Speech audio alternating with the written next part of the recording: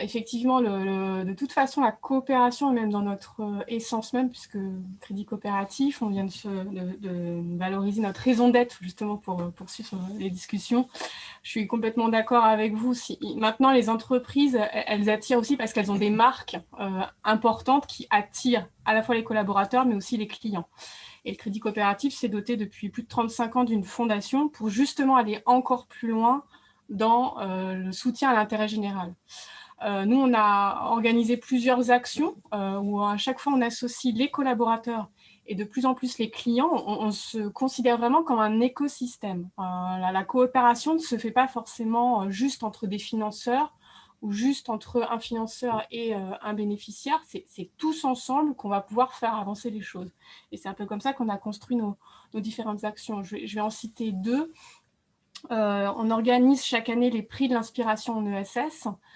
Et en fait, la sélection des candidatures se fait à la fois par les collaborateurs qui apportent leurs compétences en termes d'expertise financière pour voir si le dossier est bien construit et tient la route financièrement, etc. Et là, une fois que la présélection est faite, donc il y a aussi une valorisation du collaborateur qui n'est pas juste là pour mettre un tampon, mais qui instruit et qui donne un avis d'expert. Donc ça le valorise aussi personnellement. Et après, il y a aussi les clients qui sont organisés en conseil local, qui, eux, vont sélectionner définitivement le dernier lauréat. Et la fondation arrive derrière pour doter financièrement et payer une campagne de communication du lauréat. Donc, il y a vraiment ce côté, nous, on aime bien parler de la relation ternaire au Crédit Coopératif. Il y a la banque, la tête de réseau et le client en général. Donc, nous, on est fondation, collaborateurs et sociétaires. Donc ça, c'est le premier point.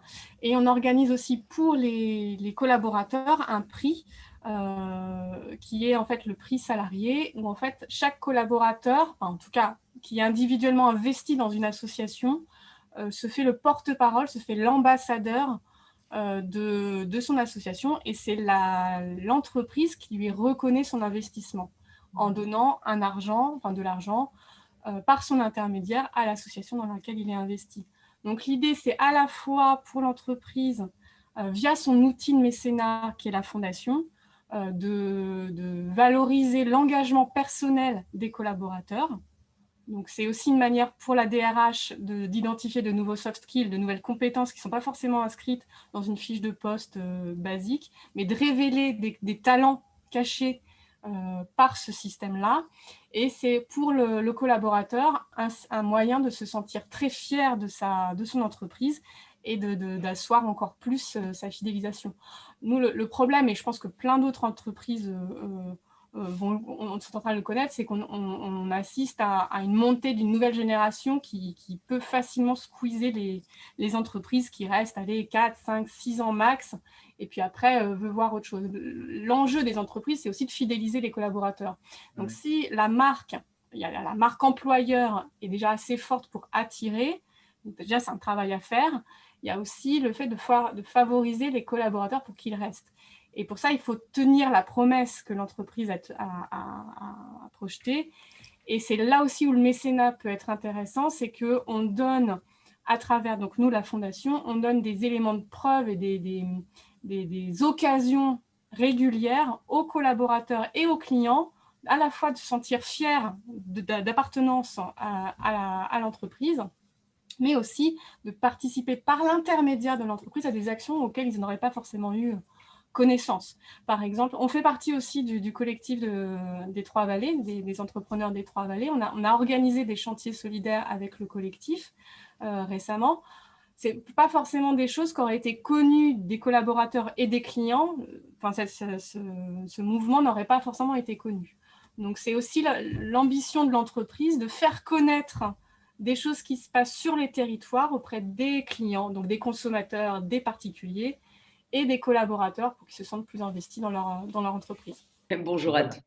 Je suis extrêmement contente de participer à cette table ronde parce qu'en fait, il y a tous ces témoignages nourrissent vraiment toutes les raisons pour lesquelles je travaille maintenant depuis bientôt 3 ans sur le mécénat.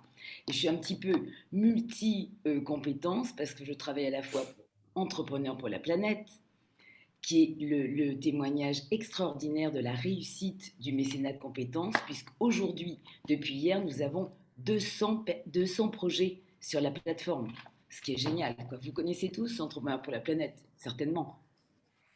Oui, Oui, oui, bien sûr. d'accord. Et deux, je travaille effectivement, je suis la présidente de FASC, qui est une réussite extraordinaire, qui maintenant vient de créer son école qui s'appelle FASC Academy, qui est une réussite exemplaire en 2 ans.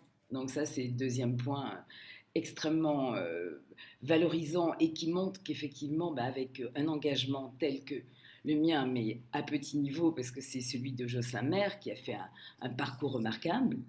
Je travaille aussi depuis 3 ans pour Artorama, que je suis, et qui n'est pas un parcours facile. C'est la foire d'art contemporain qui a lieu à Marseille fin août. Et je dis chapeau aussi à Véronique Collard-Bovy, qui a sauvé sa boîte cette année et qui tient sa foire avec un talent incroyable. Et je travaille aussi pour le musée subaquatique. Donc effectivement, je suis au premier chef engagée et j'ai fait du mécénat de compétences pour le musée subaquatique depuis bientôt 4 ans. Et je vois enfin ce musée sortir. Et c'est vrai que je notais qu'effectivement, un mécénat de compétences et un mécénat en industrie serait extraordinaire pour le musée subaquatique, qui en a vraiment besoin. Mais on est en train de travailler vraiment avec Stéphane Couchot aussi, qui est notre partenaire dans cette démarche. Donc, je crois que l'engagement aujourd'hui est absolument essentiel et je trouve que effectivement, ça donne une raison d'être. Il n'y a pas de doute. Et là, cette multi-activité est extrêmement gratifiante parce qu'on sent qu'on est utile.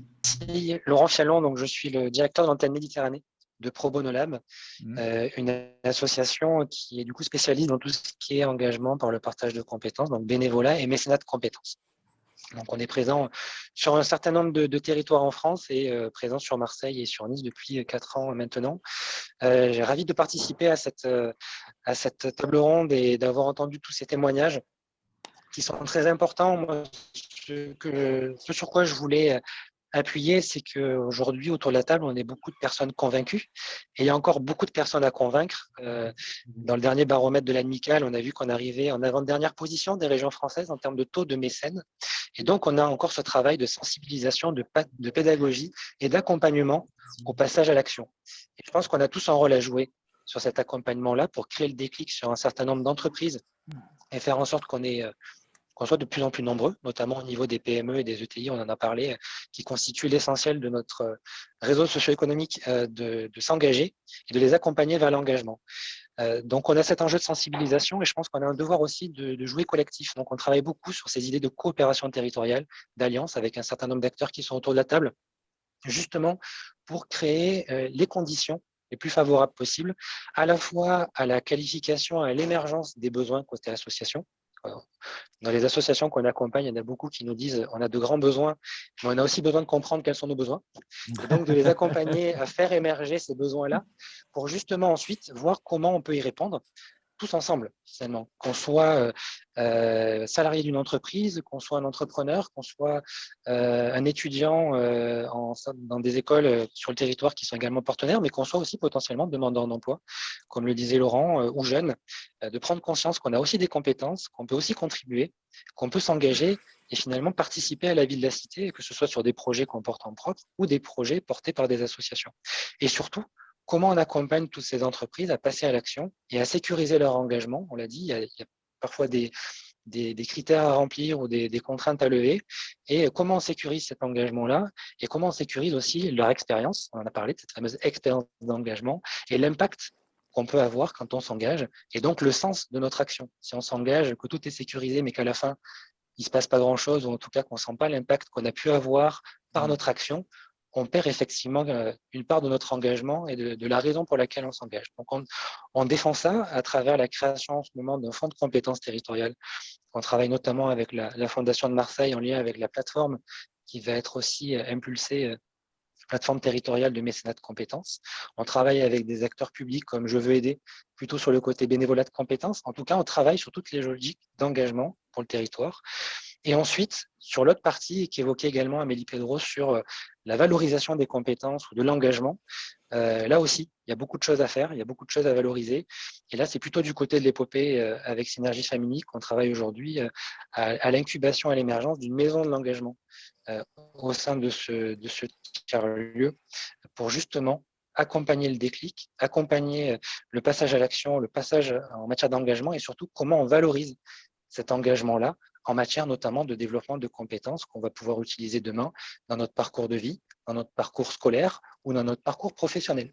Voilà, donc on travaille sur tous ces sujets, mais ce que je souhaite retenir de nos échanges et ce que je souhaite revaloriser, c'est vraiment cette notion de jouons collectif, devoir d'alliance, coopération autour de ces sujets. Et pour le coup, le mécénat de compétences et le partage de compétences que l'on défend, qui sont finalement des choses universelles, on n'a peut-être pas tous de l'argent à donner, mais on a tous des compétences à partager, est un excellent outil au service des territoires pour créer du lien, créer de la coopération et parfois d'autres coopérations, d'autres innovations entre les différents acteurs.